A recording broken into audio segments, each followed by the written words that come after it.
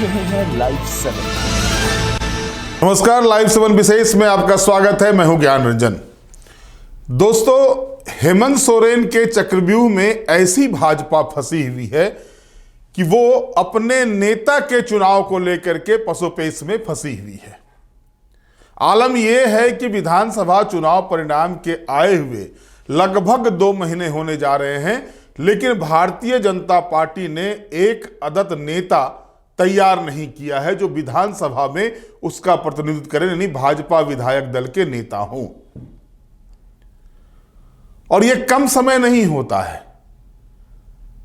आप देखेंगे कि हर राजनीतिक दल ने जो चुनाव में आए, जिसके प्रतिनिधि विधानसभा में चुनकर गए, सबों ने अपने विधायक दल का नेता चुनाव कर लिया। लेकिन भारतीय जनता पार्टी 23 नवंबर को परिणाम आए हैं और परिणाम आने के बाद विधानसभा का जो छठा विधानसभा का है उसका एक सत्र भी हो गया और अब 25 फरवरी से विधानसभा का बजट सत्र भी होने वाला है। लेकिन अब तक नेता विधायक दल का चयन भारतीय जनता पार्टी नहीं कर पाई है। आखिर क्या है इसके पीछे की वजह? हम आपको बताएंगे कि कौन होने जा रहे हैं भाजपा के विधायक दल के नेता और अन्य पद जो विधानसभा के अंदर होते हैं, चाहे वो मुख्य सचेतक का पद हो या फिर सचेतक का पद हो, वो किनको मिलने जा रहा है। आखिर क्या है विलंब की वजह, ये भी हम आपको बताएंगे। साथ ही साथ बताएंगे कि आखिर क्यों नहीं भाजपा जो है खुलकर, यानी जो पिच तैयार की गई है, झारखंड की राजनीति की जो पिच चुनाव के बाद तैयार हुई है, उस पिच में अपने आप को खड़ा हो पा रही है, खड़ा कर पा रही है। ये सारे कुछ हम आपको बताएंगे। लेकिन आप देखिए किस तरह से हो रहे हैं। विधानसभा का जो पहला सत्र चल रहा था, छठा विधानसभा का जो पहला सत्र हो रहा था, उस सत्र के दौरान किसी भी तरह से तारतम्यता भारतीय जनता पार्टी के विधायकों के बीच नहीं दिखाई दी। विधानसभा सत्र के दौरान हेमलाल मुर्मू की एक टिप्पणी के बाद जिस तरह से नीरा यादव आक्रोशित थी विधानसभा के भीतर और बार बार स्पीकर का आग्रह हो रहा था, और इसके बाद स्पीकर के आग्रह को तो उन्होंने ठुकराया ही ठुकराया। लेकिन वहां पर यह भी देखा गया कि बाबूलाल मरांडी जो प्रदेश अध्यक्ष है भारतीय जनता पार्टी के, उनके बातों को भी वो नजरअंदाज करती रही। और वजह क्या था? उस समय एक अखबार में यह छप गया था कि नीरा यादव भी हो सकती हैं विधायक दल का नेता। तो अपने आप को रिप्रेजेंट करने के लिए नीरा यादव ने वहां पर अपने चेहरे को चमकाने का प्रयास किया। और अब स्थिति क्या बनती है कि लगातार जो है सो भारतीय जनता पार्टी हर मोर्चे पर दिखाई दे रही है। कहीं ना कहीं जो है सो ये सदमा, जो हार का सदमा है, 2 महीने के बाद भी वो उससे उबर नहीं पा रही है। दोस्तों, भारतीय जनता पार्टी के साथ मजबूरी है कि वो किसी ट्राइबल को ही विधायक दल का नेता बनाए, और अगर नहीं बनाती है भारतीय जनता पार्टी किसी ट्राइबल को विधायक दल का नेता, तो ये तय मान के चलिए कि विपक्ष को, यानी भाजपा के अगेंस्ट वाली पार्टी जो है, जो सत्ताधारी दल है अभी, उसको एक बड़ा मौका मिल जाएगा भाजपा के खिलाफ आदिवासी विरोधी प्रचार करने का। जाहिर तौर पर 2 बड़े चेहरे हैं विधानसभा के भीतर। ट्राइबल में अगर आप देखेंगे तो 2 बड़े चेहरे हैं। भले ही बाबूलाल मरांडी सामान्य सीट से जीत कर आए हैं, लेकिन चेहरा उनका भी ट्राइबल का है, और चंपाई सोरेन है। चंपाई सोरेन ने विधानसभा चुनाव से पहले झारखंड मुक्ति मोर्चा को बाय बाय करके भारतीय जनता पार्टी में शामिल हो गए थे, और भारतीय जनता पार्टी को लगा था कि उनके हाथ में तुरूप का पत्ता आ गया है, अब तो वो हेमंत की सिट्टी पिट्टी गुम कर देंगे। लेकिन हेमंत ने ऐसी रणनीति चली कि भाजपा कहीं की नहीं रही ट्राइबल सीटों में। आलम तो ये रहा कि अगर आप हार के अंतर को देखेंगे, जो हार का अंतर है भारतीय जनता पार्टी का ट्राइबल सीटों पर, 28 सीटें ट्राइबल की हैं झारखंड विधानसभा में, जो रिजर्व है ट्राइबल के लिए। 28 सीटों में से मात्र एक चंपाई सोरेन की सीट भारतीय जनता पार्टी जीत पाई है। बाकी की बाकी 27 सीटों पर भारतीय जनता पार्टी की करारी हार हुई है। और ऐसी हार हुई है दोस्तों कि अगर आप आंकड़े को देखेंगे, जिस आंकड़े की मैं बात कर रहा था, उस आंकड़े को अगर आप देखते हैं तो उस आंकड़े में पाते हैं कि 60,000, 50,000, 40,000 वोटों के अंतर से ट्राइबल सीटों पर जो है भारतीय जनता पार्टी के कैंडिडेट की हार हुई है। बड़े बड़े नेता धाराशायी हो गए। नीलकंठ सिंह मुंडा लगातार चुनाव जीतते आ रहे थे। मधु कोड़ा की पत्नी गीता कोड़ा, अर्जुन मुंडा की पत्नी मीरा मुंडा, ऐसे सरीखे बड़े नेता जो भारतीय जनता पार्टी के ट्राइबल थे। लॉबिन हेम्ब्रम चुनाव लड़े थे, हार गए। सुदर्शन भगत चुनाव हार गए, समीर उरांव चुनाव हार गए। जो बड़े चेहरे हैं भारतीय जनता पार्टी के, और 1000-2000 वोट से नहीं, 25,000, 30,000, 60,000 वोटों से चुनाव हारते हैं। जाहिर तौर पर यह दिखाता है कि भारतीय जनता पार्टी को ट्राइबल के लिए जो रिजर्व सीटें हैं, या यूं कहें कि ट्राइबल वोटरों ने सीधे तौर पर भारतीय जनता पार्टी को झारखंड में नकार दिया। जाहिर है ऐसे में चर्चा होगी पार्टी के भीतर कि जिस वर्ग से उन्हें वोट नहीं मिलता है तो उस वर्ग से नेता प्रतिपक्ष या विधायक दल का नेता क्यों। लेकिन मैंने बताया कि भारतीय जनता पार्टी की मजबूरी है कि वो किसी ट्राइबल नेता को ही विधायक दल का नेता बनाए, और जो मेरे पास सूचना आ रही है उस सूचना के हिसाब से बाबूलाल मरांडी को विधायक दल का नेता बनाया जा सकता है। यानी फिर से एक मर्तबा बाबूलाल मरांडी पर दाव भारतीय जनता पार्टी खेलने को तैयार है। यह लगभग तय माना जा रहा है। और इसको लेकर के जो पर्यवेक्षक हैं, दिल्ली विधानसभा चुनाव हो जाने के बाद झारखंड में पर्यवेक्षक आएंगे। पर्यवेक्षक आकर के वो विधायकों के साथ मीटिंग करेंगे। विधायकों के साथ मीटिंग करने के बाद इस नाम पर मुहर लगेगी। तो विपक्ष के मुख्य सचेतक के रूप में सीपी सिंह का नाम सबसे आगे चल रहा है। सीपी सिंह विपक्ष के मुख्य सचेतक हो सकते हैं। झारखंड विधानसभा में दूसरा सबसे पद होता है, अगर आप देखेंगे तो वो होता है मुख्य सचेतक का,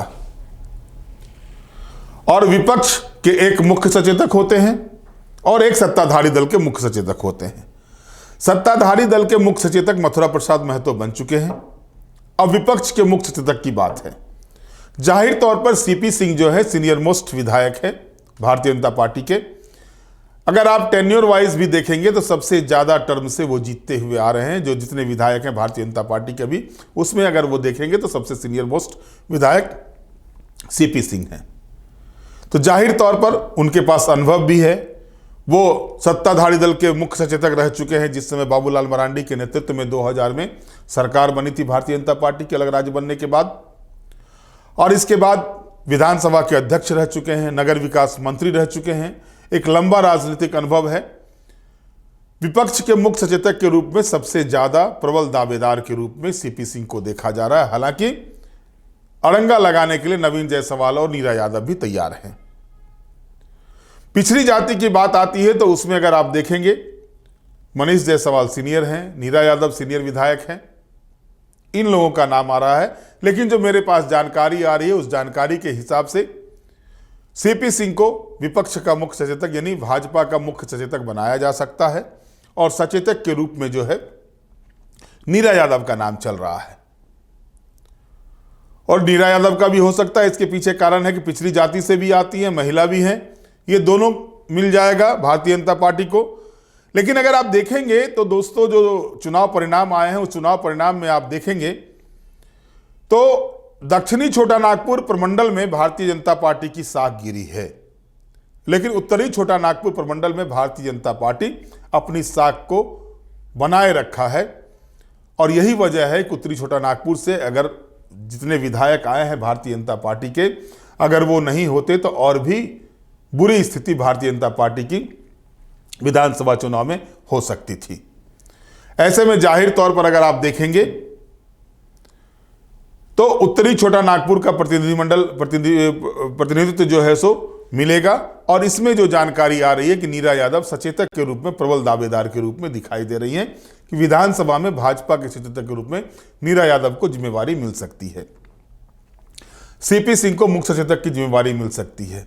इस बीच सत्येंद्र नाथ तिवारी का भी नाम चल रहा है कि सत्येंद्र नाथ तिवारी को लेकर के उनका भी जो है सो तीसरा टर्म है इस बार, उनका भी नाम चल रहा है। पलामू प्रमंडल से आते हैं। पलामू प्रमंडल में भी भाजपा की स्थिति अच्छी थी, लेकिन पिछले बार की तुलना में अच्छी नहीं कह सकते हैं। कई सीटें भाजपा ने वहां पर भी लूज किया है। ये सारे समीकरण चल रहे हैं, लेकिन सवाल ये उठता है कि आखिरकार विधानसभा के गठन होने के बाद भी अगर इतने समय लगते हैं भारतीय जनता पार्टी को विधानसभा के अपने पदाधिकारी के चयन में, चाहे वो विधायक दल के नेता हों, मुख्य सचेतक हों, सचेतक हों, तो इसके पीछे वजह क्या है? कहीं न कहीं पार्टी के अंदर ही रस्साकसी चल रही है और आला कमान को भी पता है कि पार्टी के अंदर रस्साकसी चल रही है। हालांकि जब मेरी बातें भाजपा नेताओं से हो रही थी तो भाजपा नेताओं ने दिल्ली चुनाव का बहाना बना करके इस पूरे एपिसोड को दिल्ली चुनाव के साथ जोड़कर बातें कही।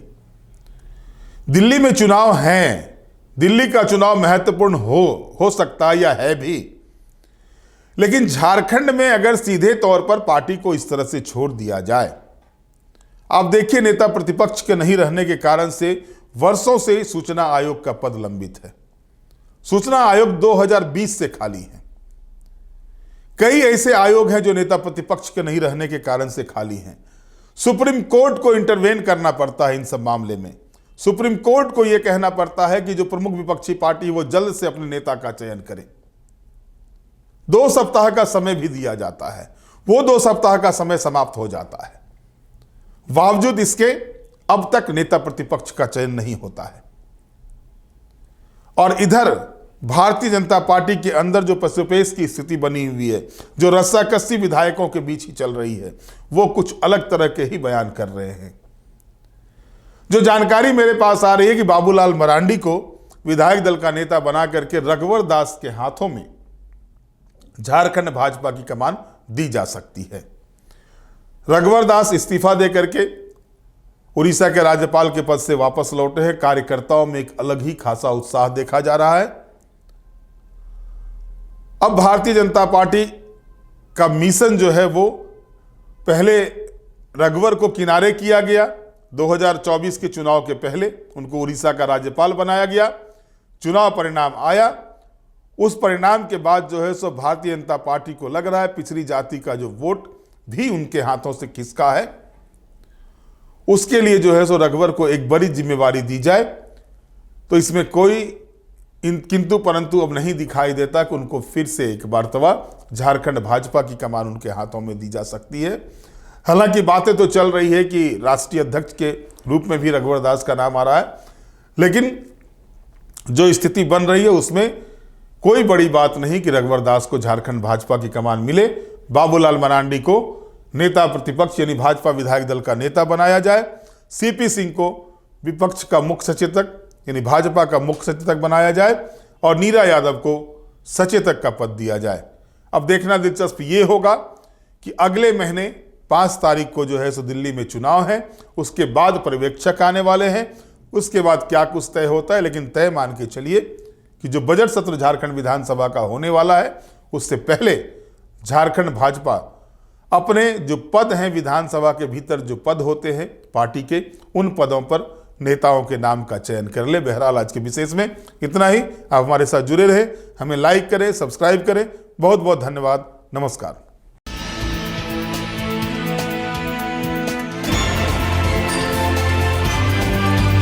आप देख रहे हैं लाइव 7।